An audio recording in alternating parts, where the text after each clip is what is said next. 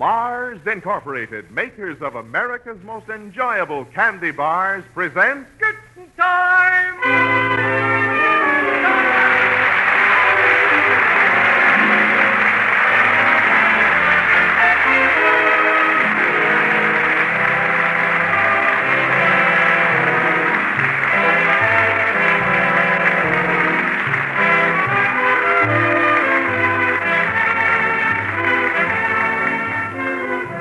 Makers of Snickers welcome you to Curtain Time. The theater lobby is abuzz tonight with another capacity crowd.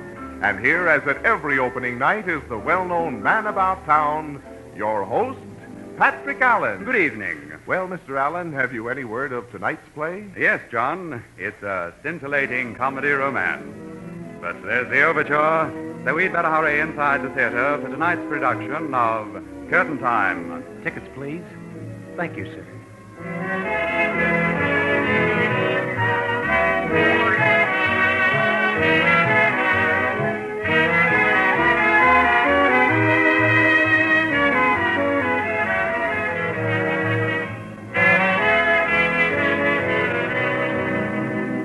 Seventh row center. Seat 711. Thank you. Well, it's almost time for the play to start, so let's glance at the program. Harry Elders and Nannette Sargent, supported by the Curtain Time players, are starred tonight in Reluctant Bride.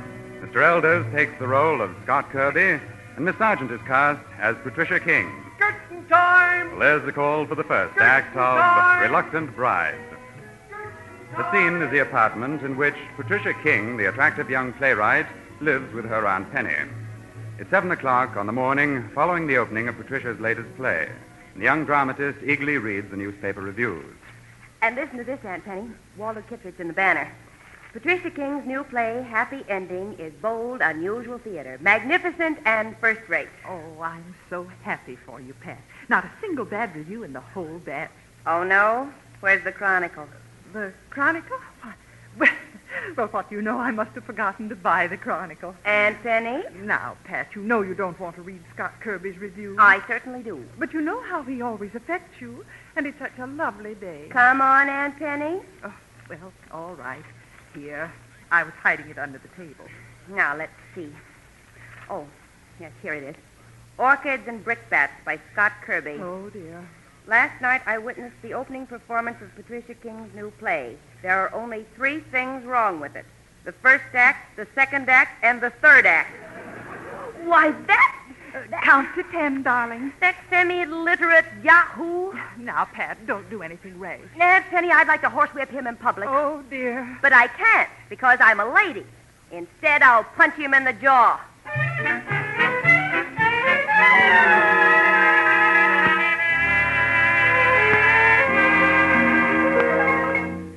Are you the managing editor of this paper? Why, yes, I'm Walter Nash. And how did you get in here? I'm looking for Scott Kirby.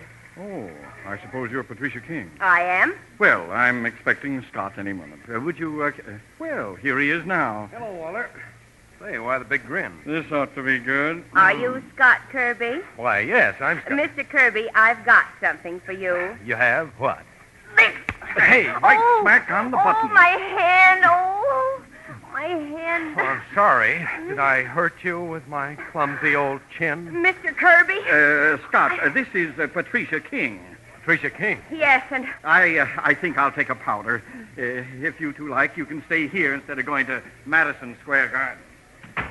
Mr. Kirby, I despise you. I detest you. You do? What makes you think you're qualified to be a critic anyway? What makes you think you're qualified to write plays? For your information, all the other critics were very enthusiastic about my new play. That 3-act sleeping pill? Of course, I realize it's much too deep for your shallow, superficial mind. It's a play with a message. Yeah, and I found out what the message was in the first act. You did? It's don't waste your time seeing the other 2 acts. Oh, very clever. Frankly, I don't see how anybody could stomach your heroine, Calliope Collins, for more than 1 act. She's just a hunk of wood in a dress. She is not. She's intensely real because she's a composite of all types. She's the average American woman. If she's average, Miss King, I'll eat my column word by word. And poison yourself? In fact, if you can show me just one woman who will do what she did, I'll retract every nasty thing I've ever written about you. Do you really mean that? Of course I do. If According to your very implausible play, Calliope Collins met a man. 5 minutes later, he proposed to her. She promptly said yes, and 4 days later, she married him. It's absurd. I'll have you know there are lots of women who do exactly the same thing. I don't believe it. If a man asked one of them, will you marry me, just like that? She'd say yes, just like that. Nonsense. How would you know? Have you ever tried it? All right. Will you marry me? Yes. Oh, now, just a minute. You're bluffing. Am I? Why, sure you are. You'd never have the nerve to go through with it. Oh, no? You just set the date for the wedding, and I will. Okay. Today's Thursday. Let's have this showdown, the wedding, next Monday afternoon. Say 2 o'clock? 2 o'clock at my home. Right. And, Mr. Kirby, you can start writing that retraction for your column right now. I'm not worried. Well, you'd better start worrying. I won't back out, but I bet you will. If I do, I'll gladly acknowledge defeat. And I'll get my retraction? Yes, if I back out. But I won't. Well, I'll be waiting for you, Mr. Kirby, all dewy-eyed and smothered in orange blossoms. I can hardly wait, Miss King. I can hardly wait.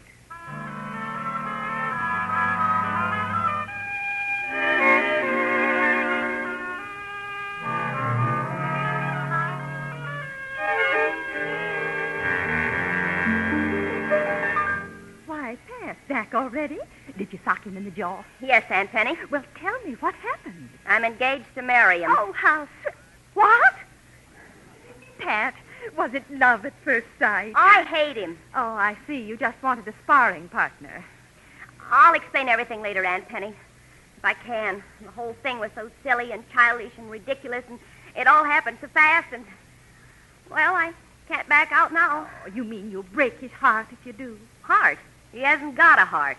And he doesn't want to marry me any more than I want to marry him. You know, darling, you aren't making very much sense.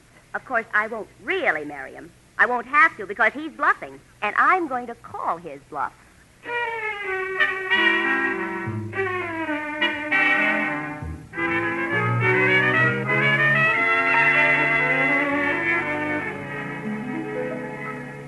Listen, Walter, I was just talking. Oh, sure. How was I to know she'd take me up on it? Anyway, she's bluffing. Well, I hope she is, because you can't afford to print a retraction. You can't afford such a blot on your reputation. My reputation? You know that as a critic, you're famous for being sarcastic and bitter. Why, the Playwrights Club just voted you the critic we'd most like to take into a dark alley. They have? Oh, fine. And that's why you just can't retract anything. What would people say if overnight your fangs start dripping honey, huh? Yes, I see what you mean. Scott, you can't take any chances with Miss King. Obviously, she's bluffing. Obviously. And you've got to outbluff her. Throw a scare into her. Sure, but how? Why, just make her think you fall in love with her. How, may I ask? By making love to her, of course. But I hardly know the girl. You're engaged to her, aren't you? Yes, but I can't... All right, then. Tomorrow, call her and make some excuse to see her. For instance? I know. You got to get the marriage license. She'll play along with that. Go on. Then, after you take her home, you play your big scene. Grab her in your arms and kiss her. You really think it'll work? It can't miss. After such a horrible shock, she's bound to drop the whole thing. The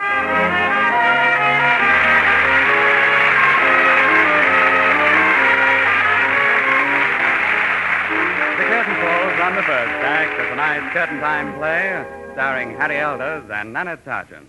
And now, John Weigel. For many, many years now, candy lovers have considered a Snickers candy bar a special treat. For every bite of a Snickers bar makes you crave another, right from the moment you first taste that thick milk chocolate coating, the golden layer of smooth, creamy caramel, crisp with whole, freshly roasted peanuts, and the soft nougat center that is richly flavored with fresh peanut butter and real malted milk. Together, all combine to make a Snickers bar a truly thrilling treat, right down to the last delightful flavor that lingers in your mouth. When you want a special taste delight, have a Snickers.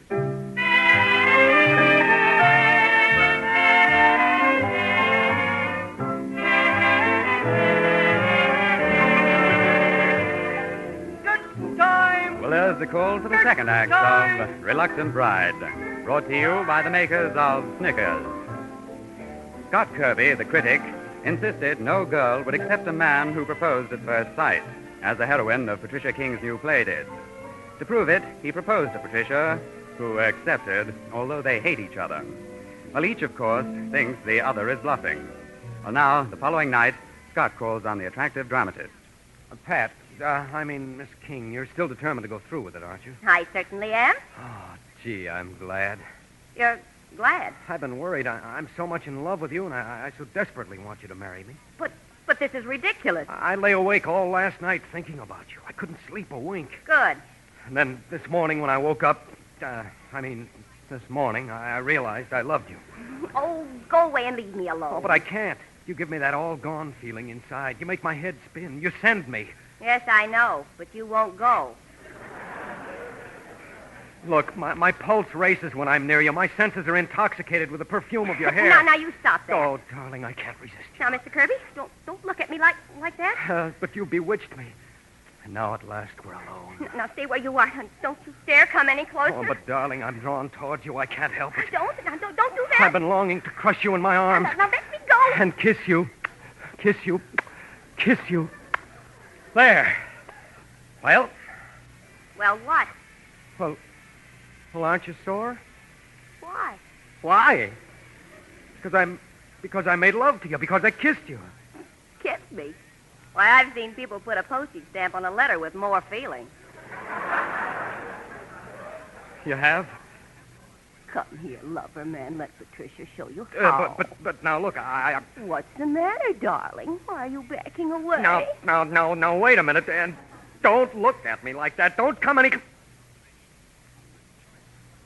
Well? It's getting late, Miss King. Oh, now, don't be so formal. Call me darling. I think I'd better be going. Oh, not yet. We've so much to talk about, so many plans to make. Oh, darling, I can hardly wait until we're married. But we're incompatible. Oh, don't worry about that. All our differences will be wiped out when you print that apology in your collar. Look, that is... Where's my hat?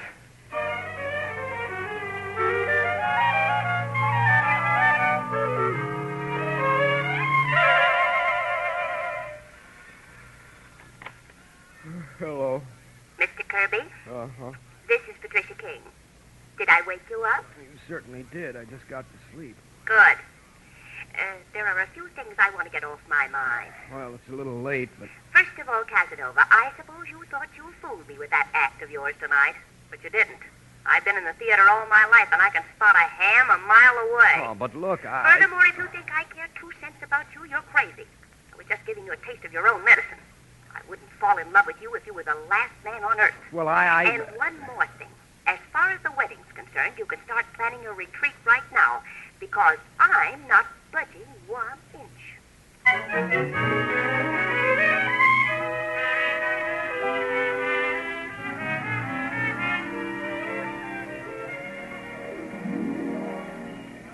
And that's what happened, Walter. First, I chased her around the furniture, and then she chased me around the furniture. You don't suppose she's really in love with you, do you? Oh, no. She's too intelligent for that. I don't know about that, but after I got home, she called me up and told me what she really thought of me. She did? Yeah. Well, you don't have to be so happy about it. Besides, Walter, there's something I've got to tell you. Huh? What? I've really fallen in love with her. Oh, jumping Jupiter. What'd you do that for? I couldn't help it, Walter. You know, it's kind of funny. Well, not to me, it isn't. Well, it happened just the way I told her, only it happened last night, not the night before. How interesting. After she called me, I just lay awake the rest of the night thinking about her. Very, very touching. I want to tell her I love her, but after last night, she'd never believe me. Well, I hope not. Guess the only way I can prove to her I want to marry her is by marrying her. Now, wait a minute. Walter, I'm going through with it. No, Scott, you can't do it. You simply can't. You can't. What's so funny? Why, she'll never marry you. She won't. Just wait till she sees you standing there with the love light shining in your eyes, eagerly waiting to rule I do. Boy, she'll take off then and fast. But suppose I trick her. Huh? How? Well, I think I've got an idea. And say, maybe you can help. Nothing doing. Okay, Walter, I'll see you later. From now on, brother, you're on your own. Hoppy boy. Hoppy boy. Yes, Mr. Kirby, what can I do for you? Wilfred, would you like to make $25? Would I like to... How? By selling some valuable and reliable information to one Patricia King. Well, gosh, I don't know. All right, I'll make it 50. Oh, $50? Sure, I can afford to be generous. It's her money. Mr. Kirby, I'm your boy. Now, what's this reliable information? I'll tell you in a minute, Wilfred, as soon as I make it up.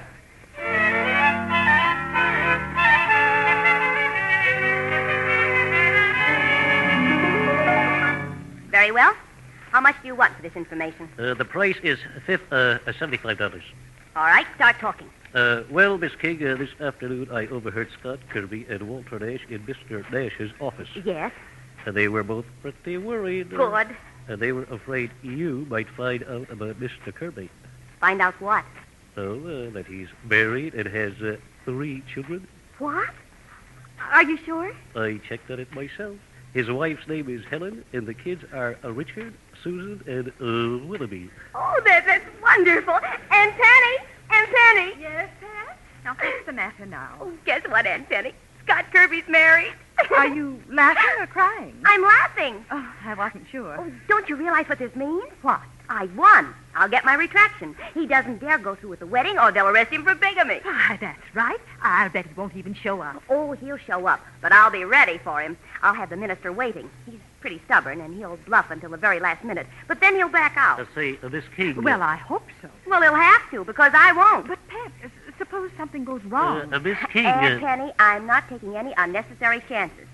You see, the minister is not going to be a real minister. Oh, I catch on. Whom did you get? Well, nobody yet. Say, Miss King... Oh, yes, you want your money. I'll let... Say, I know what. Huh? You're an enterprising young man. Well... I'll bet you could locate an elderly, unemployed actor to play the part of a minister. It will mean $50 for him and... And 50 for me? And 50 for you.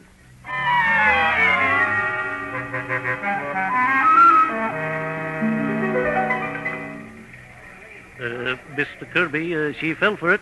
Swell. She thinks it's all over about the shouting. Nice going, Wilford. Oh, by the way, I found out something I think you'd like to know. You did? What? Well, it'll cost you $100. Now, look here, Wilford. $100, Mr. Kirby. Why, you double-crossing little thief. Calling me names won't get you any place. Okay, you win. Let's have it. All sales are strictly cash, Mr. Kirby. Well, my boy, it looks as though you've really got me. Here you are. 20, 40, 60, 80, 100. Now, what'd you find out? Well, when you get to the place where you're going to get married, there'll be a minister there. Couldn't she make it a bishop? Sure she could, because this minister isn't going to be the real McCoy. He isn't going to be the... How do you know? Because she paid me $50 to hire an actor. Well, I'll be... Look, have you hired anybody yet? No, I haven't had time. Great, you can just forget about it. But I can't do that, Mr. Kirby. I promised her... Wilfred, do you see this $50 bill? $50? Well, what do you know? Amnesia. Oh, by the way, we wouldn't want Miss King to worry, so you'd better call her up. Just tell her everything's all set, hmm? Sure. Have you got a nickel? You get out of here!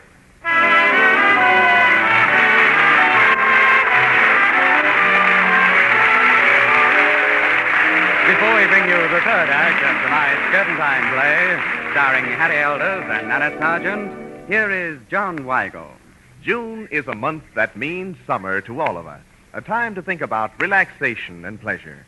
And one little treat that always means certain satisfaction and delightful enjoyment is the taste treat of a Snickers candy bar. For every bite of a Snickers bar is luscious, from the moment you first open the crisp wrapper. Then, with each bite, you enjoy the rare flavor of a thick milk chocolate coating, a golden layer of smooth, creamy caramel, packed with whole, freshly roasted peanuts, and a luscious nougat center, richly flavored with fresh peanut butter and real malted milk. It is the combination of the milk chocolate, creamy caramel, crisp peanuts, and rich nougat that gives you that rare taste blend you will find only in a Snickers bar. When you want a special taste delight, have a Snickers.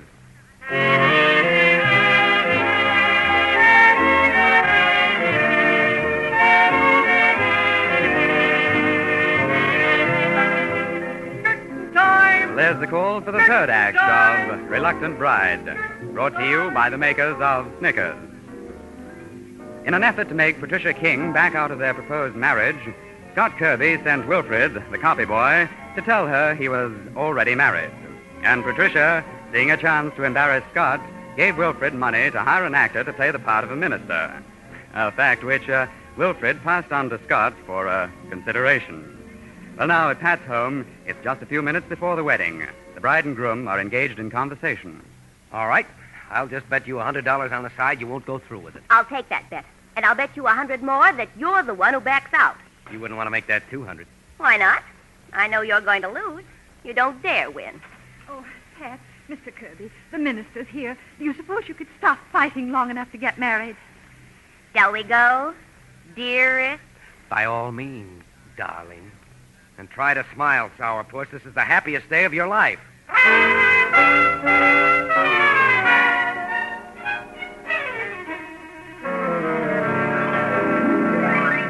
And now, by the authority invested in me, I hereby pronounce you man and wife. Well, it's over. You may kiss the bride. Oh, yes, of course. You do and I'll scream. Oh, my goodness. Oh, you will you? Well, we'll see about that. Now, you let go of me, you big lug. Now, children, please. Stop struggling, will you? Don't you get... Oh, isn't that sweet? There. I'll go ahead and scream. Oh, I hope you choke. I hope I never see you again as long as I live. Oh, dear. Marriages just don't seem to last very long these days. You'd better come with me, Dr. Fribble. I'll make you a cup of hot coffee. Oh, yes, thank you. I certainly need it. Now, you look here, Mrs. Kirby. Don't you, Mrs. Kirby, me, you bigamist. Does Helen, your wife, Helen, know you got married today? Sure, she doesn't care, just so I'm home in time for dinner. Well, of all the brazen nerves... Listen, Pat, I want to tell you something, and I can prove this. I'm not married to anyone except you. You aren't? You aren't? No, there is no Helen, and there's no Richard, Susan, or Willoughby. I just told Wilfred to tell you that. But I don't understand. Well, you see, I wanted this to happen. You wanted it to... I love you, Pat. I'm sorry I had to trick you into marrying me, but it seemed like the only way. Well, I hope you won't be too angry. Angry? Why should I be angry? Then you aren't? Of course not. After all, the joke's on you. It is? I suppose you thought that minister was real. Why, yes. Dr. Fribble, I understand. Well, he isn't. I had Wilfred hire an actor for this happy little occasion. You did? Well, that's on me. And if you think that's funny, just listen to this. This will kill you. It will. I stopped Wilfred in time and got a minister. A real minister. What? That's right. A real, live, authentic minister. We're really married? Yes, darling. Oh, how could you do this to me? Oh, now, Pat. Don't you dare touch me. Oh, but sweetheart, Just get out of here. I never want to see you again as long as I live. Never. Honey, I hate you. I hate you. I hate you.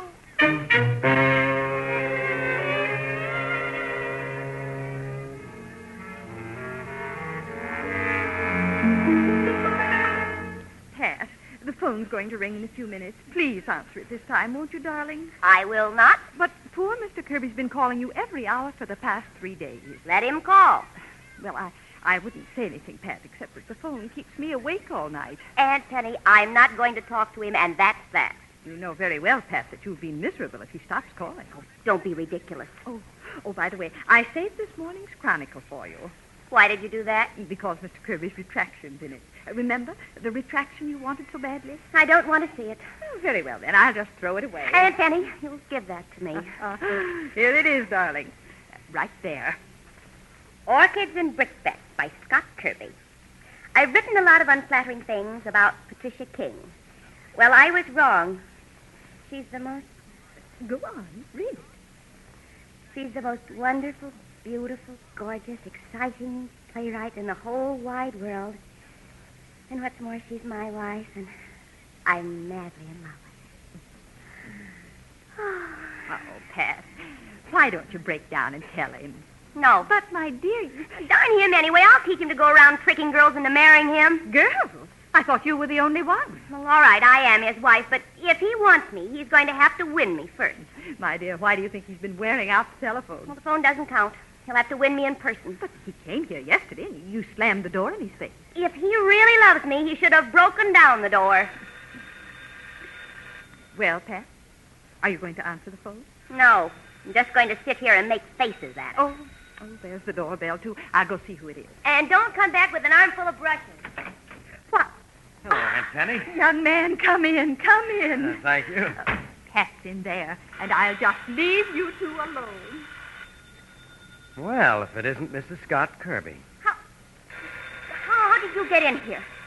And who's that on the phone? Oh, I'll stop that. You... Hello, Wilfred. Wilfred. You can stop now. Goodbye. What? Was that Wilfred? Sure, I didn't want to waste my valuable time, so I hired Wilfred to telephone you every hour. Why, you... I knew you'd be too stubborn to answer. And you have the nerve to say you love me. Oh, I do. Well, what about you, darling? Do you love me? I should say not. Well, I want you to be happy, Pat.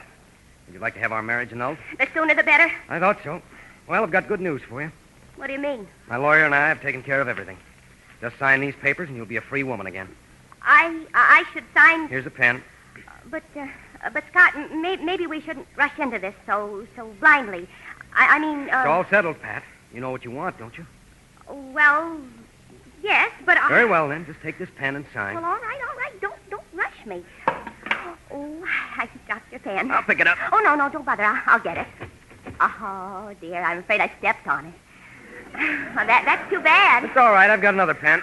Oh, Scott, I can't go through with it. I can't sign you away. Why, Pat. I love you, darling. I love you. Well, at the risk of repeating myself, I love you, too. Oh, darling, please kiss the bride. With pleasure, Mrs. Kirby.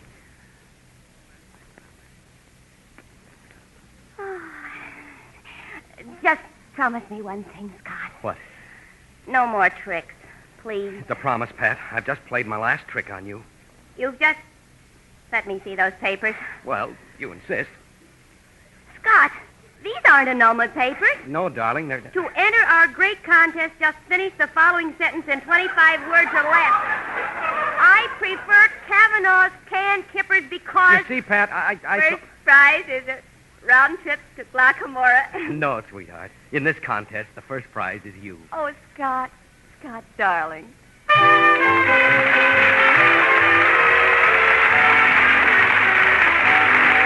curtain falls on the last act of Reluctant Bride, another curtain time play brought to you by the makers of Snickers.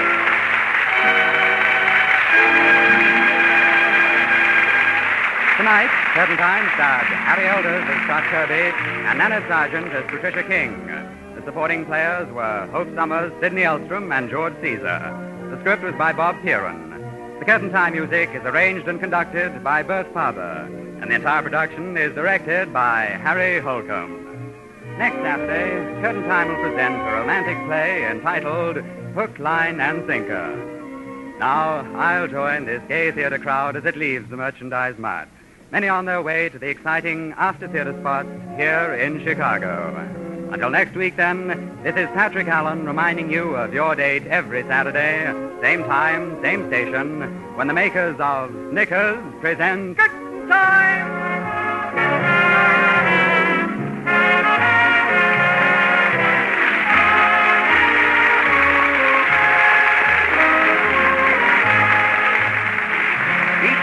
Mars Incorporated brings you two great shows over NBC. On Monday night, be sure to hear Dr. I.Q., the mental banker.